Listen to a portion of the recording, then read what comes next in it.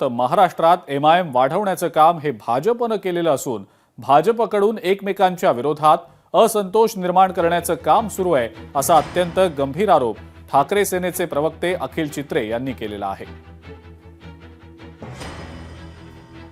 MIM वाढवण्याचं काम हे कोण करतंय? भारतीय जनता पक्ष करतंय। भारतीय जनता पक्षाच्या मनात जे आहे, जे काय त्यांना करायचंय, खान महापौर वगैरे असा अजेंडा इथे सेट करायचा प्रयत्न करत होते। मुंबईकर जनतेने त्याला लाथाडलंय, पण आता ते आजूबाजूच्या एमएमआर रिजन मध्ये भारतीय जनता पार्टी हे एमआयएमला पुढे करून आता एमआयएमचं कोणतरी काहीतरी म्हणणार, मग भारतीय जनता पक्ष काहीतरी म्हणणार, मग त्याच्यानंतर तो टिल्लूच्या बुद्धीवाला काहीतरी हिरवेसर साप म्हणणार आणि अशा प्रकारचं एक नरेटिव्ह सेट करून दोन्ही समाजामध्ये एकमेकांविरुद्ध असंतोष निर्माण करणं हेच त्यांचा खरं हेतू आहे।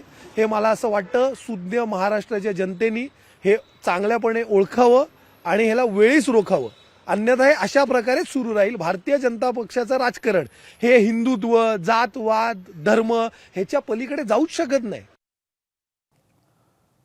मुंबई महानगरपालिकेमध्ये एमआयएम भाजपला पाठिंबा देणार नाही हे असदुद्दीन ओवैसी यांनीच आता स्पष्ट केलेलं आहे। समुद्राचे दोन किनारे कधीही एकत्र येऊ शकत नाहीत असं वक्तव्य असदुद्दीन ओवैसी यांनी हैदराबादमध्ये केलेलं आहे। ये हो ही नहीं सकता, समंदर के दो किनारे कभी एक नहीं हो सकते।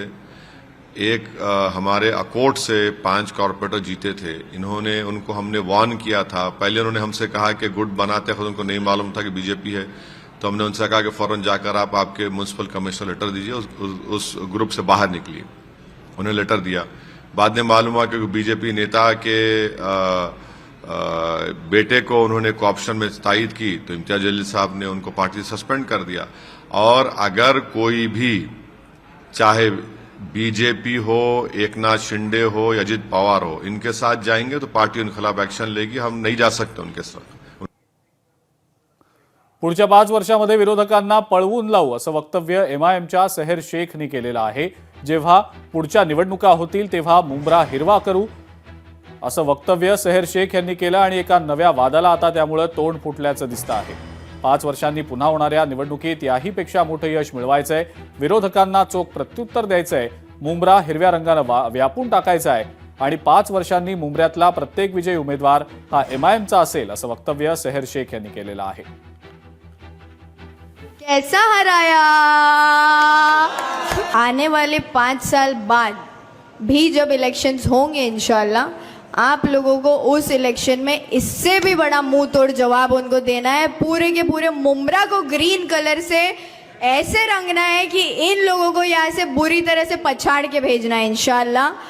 हर एक कैंडिडेट इंशाल्लाह 5 साल बाद सिर्फ और सिर्फ एमआईएम का आएगा, क्योंकि अब इलेक्शन में आप मजलिस की ताकत समझ चुके हैं और ये ताकत हमको अल्लाह से आती है। नाही, एमआयएमचा प्रयत्न असेल की अख्खा महाराष्ट्र हिरवा करायचा, परंतु हा छत्रपती शिवाजी महाराजांचा भगवा महाराष्ट्र आहे।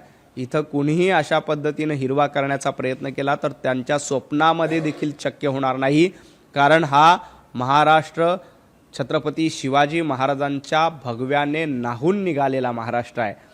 त्यामुळे तुम्ही असा कितीही महाराष्ट्र हिरवा करण्याचा प्रयत्न केला, कितीही सुलतानी संकट ओढवण्याचा प्रयत्न केला, तरी हा महाराष्ट्र स्वाभिमानाने पुन्हा उभा राहील।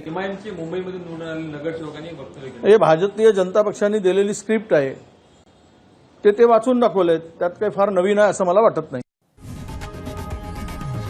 लोकशाही मराठी ऐका, पहा, जागरूक रहा।